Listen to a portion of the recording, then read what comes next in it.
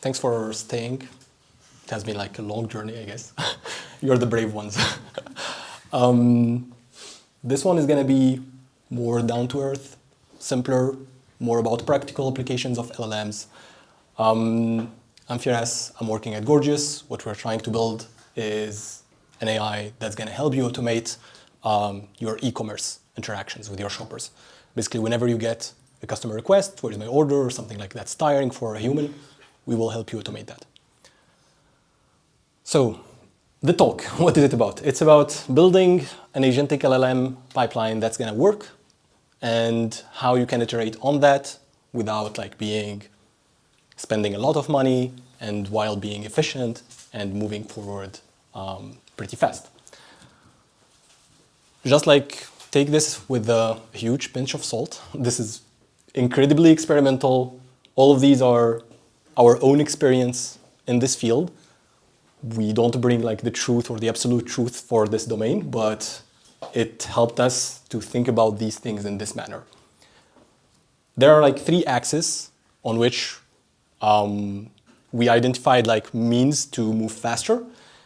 Splitting problems into smaller chunks.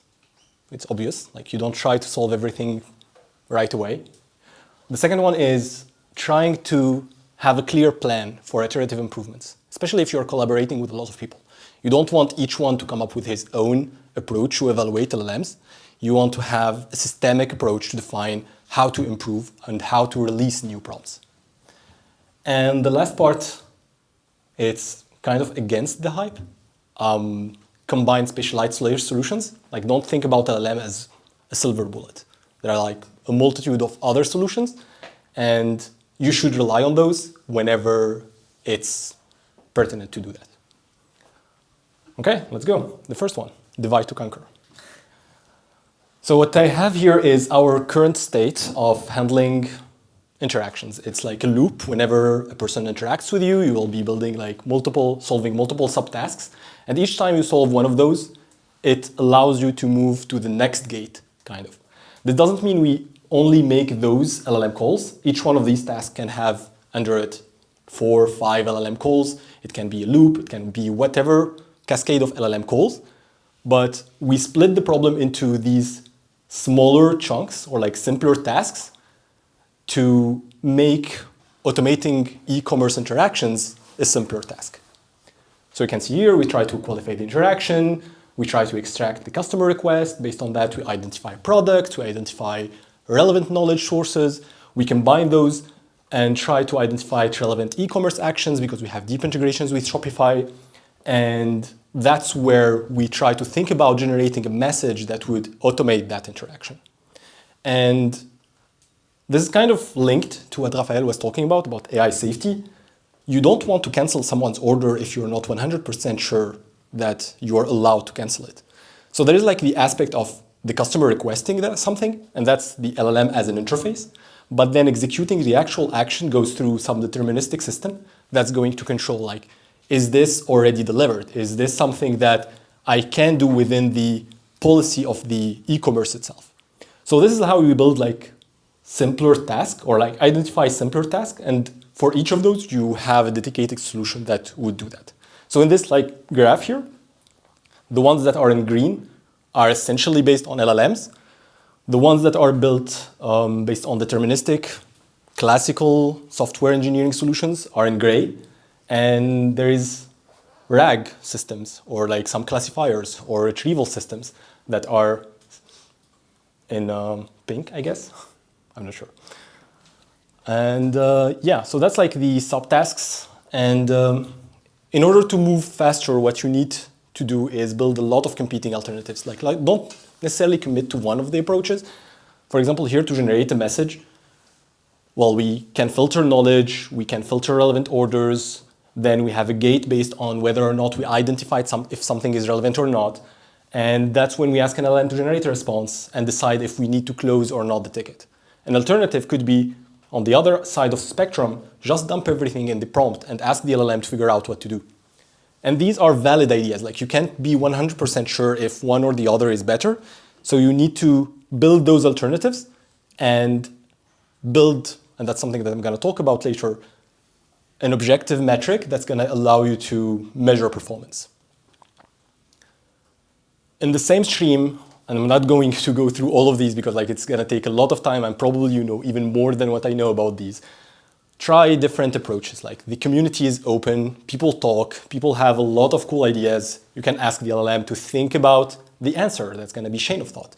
You might ask the LLM to verify the answer. That can be LLM as a judge or LLM as a guardrail. You can generate knowledge based on some automations or like some human-generated information. So there's a lot of approaches that you can do at the level of the prompt that's going to allow you to build scenarios or alternatives to those subtasks that you're trying to solve. So if you have a lot of ideas or like a lot of alternatives, how can you iterate fast on those and how can you select the best alternative? So the first thing that we thought here about is having specialization and tooling available for your team. So you have like the more integration aspect, more platform aspect of things that's gonna wrap the task to solve. And that's gonna be software engineers, that's gonna be ML engineers who are interacting directly with the logic or like the solutions that would help you build this cascade of LLM calls. And then you have on the other part, analytics and what I like to call data science. I think like these terms are very fluid. People call them like very differently depending on the context. But what I think about when I'm calling like data scientists or analytics, the person who is going to do tracing and analyze those heaps of data and decide whether or not we should do an offline evaluation to select this particular prompt. Do an A/B test to decide whether or not this version is better than the other. And integrate with tools. Like we are using Prompt Layer, which is prompt registry, and it allows you to abstract like this idea of having multiple prompts or like templates that would interact with your system. And the main reason you need to have the proper tooling around this is that you want to reduce friction when people are iterating on these ideas. You don't want to create a PR each time you want to push like a new template or something like that. You want everyone to be able to instrument and work on these. And then comes the idea of evaluation. I spoke about this a little bit when I said A/B testing. It's basically try to align the agent you're building or like the software you're building with a business metric or like a final goal that you have in mind. So for us, if you're trying to automate, you will check whether you close the ticket, whether people actually reopened it. And based on that, you can have some scoring system. And like here, I'm putting +1, -1 just to simplify, but you can like have a lot of other conditions that help you define heuristic of whether or not you're succeeding in automating or not. Put your ideas competing together, ask them to like solve 5% of the new traffic and let the old stuff that you already had work on the remaining traffic, and then decide. Like look at the results and decide that way, because otherwise like everyone is going to have different ideas.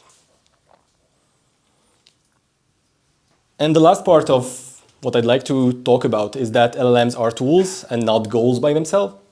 So the way we think about this is that if you're going to solve a task, well, LLMs are a very simple solution to release something very fast and to have something deployed in production very fast. But not everything requires an LLM and not everything is best solved by an LLM. So you might, on the other side, think about cost efficiency or optimality. And that's where you can think about search. So if you have like a knowledge database that contains like thousands of documents, you wouldn't put all of this into an LLM context and ask it to figure out the answer. You would build a RAG. And the RAG system, by definition, is not only relying on LLMs. If you're trying like to predict spams, you won't necessarily ask an LLM to do this. You can just ask some BERT model and ask it to classify stuff based on a good signal that you have. And basically the idea that you can have around this is if you are in kind of predictive regime or if you are in a generalization intensive regime. So if you have like a lot of data, your problem is quite contained in a sense, like it's deterministic in a sense. Well, you can rely on classical approaches. On the other end of the spectrum, if you're trying to generate answers for something that's open-ended, then it's like it might be more suited to use an LLM to handle that, because you don't like data of good quality is scarce, and yeah, it's not good enough to rely on a simpler model. So what we did on our end, for example, is spam detection. We used classical NLP models. For RAG or retrieval, we used like representation and search. And then for more general purpose scenarios, we rely kind of on fine-tuning. Like Sergey talked a lot about this. It's going to be clearer from his talk. And that's almost all of what I have to say. We're also hiring. Scan this QR code if you're interested. We're looking for ML engineers, data scientists. Anyone who is willing to contribute to this project is welcome. Thanks.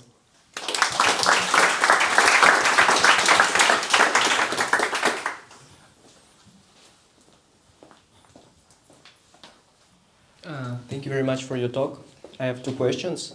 So the first one is that in the beginning of your presentation, you showed a graph where you had a multiple, yes, this one, one before. No, okay, I need to describe it. The one where there were multiple waves, like multiple branches of execution, right? And you mentioned that sometimes you can do something more naive, sometimes you can decompose, etc. But like from your speech, closer to the end, I got an idea and like the feeling that you're really good at evaluating stuff and understanding which one is better. But when you were mentioning that there are different approaches you can take, do you mean that you take all those at the same time, or there is some balancing, or maybe you choose one of those in the end?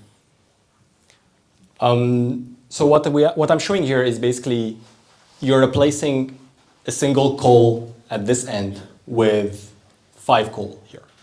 And it doesn't matter if you're evaluating this kind of change or if you're comparing just one prompt that's changing.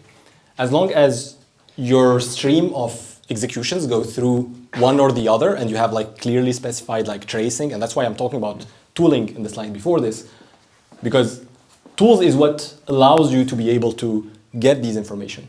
So if you have like proper tracing, proper logging of what's happening, then whether you're comparing simple prompts or comparing, I hope I'm going in the right direction, whole cascades of LLM calls, the end game is going to be the same. You're just comparing the score that you get, and that's how you decide. To be honest, I don't have like an idea if one or the other is better. Try and test, and that's how you can decide. Okay, thank you. And my other question is a little bit related to the topic of your speech, but more like a general question. From your speech, I have a feeling that just like me, you started working on LMS on NLP when there were no large language models, when there were like birds and all this stuff. So I assume you like labeling data, you like training those models, but do you see a world where, let's say, in 2 years, when the LLMs are going to become even more cheap, we wouldn't have any bird model in the production? Maybe. It's like the T5 family of models. Like the intermediate place between classical BERT classifiers and what we have here with LLMs is that kind of solutions. I don't know where the future is taking us. Maybe it's going to be an apocalyptic scenario where everything is dying, like collapsing. Hopefully not. And maybe it's going to be LLMs who are very useful even for classification and it's super cheap. The trend that I've been looking at for the past year is that people have been growing their models. Last year, it started to go in the other directions, keeping the same performance and distilling those models. So given the current trends, that's not where we're heading, but who knows? Like this is very fast-moving field. Thank you.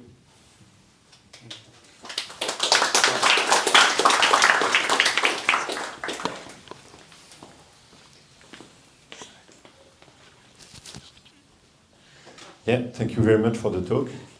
So I've been trying to use a prompt registry like you suggested. Actually, I used the prompt layer as well. And actually, I found it difficult to iterate within the tool because, not because of the tool itself, but when I want to test a new prompt, I need to test it as part of the whole flow of my code base. And so I can't test it in the tool itself. So it fails the purpose of having a prompt registry tool and actually need to put it in the code base. So do you have the same difficulty, and how do you do it? Yes, I agree. Like, it's not easy to use prompt registries to evaluate the whole pipeline. I hoped like that would be clearer here, but clearly I failed. Prompt registries for us are very relevant at the level of steps. It allows you like to control which version is happening. So my code is basically agnostic of what's being labeled as in production. It just fetches that from the prompt registry. So it's an interface to control that. I look at it as Git. I'm not using it as a tool that allows me to evaluate the whole pipeline. On the other side, that's where my ML engineers, my software engineers are operating. They are abstracting all of this and tagging and tracing everything. And that's what allows the analytics part to evaluate things either via A/B testing or via offline evaluation. That being said, like the tool also allows you to like more and more, because like they are very interactive, to build like offline testing pipelines. And it's not easy to use, but you can like have columns that are calling certain prompts and abuse the LLM as a judge feature to make it generate consecutive executions in a sense. It's not ideal, but it helps a little bit. You're welcome.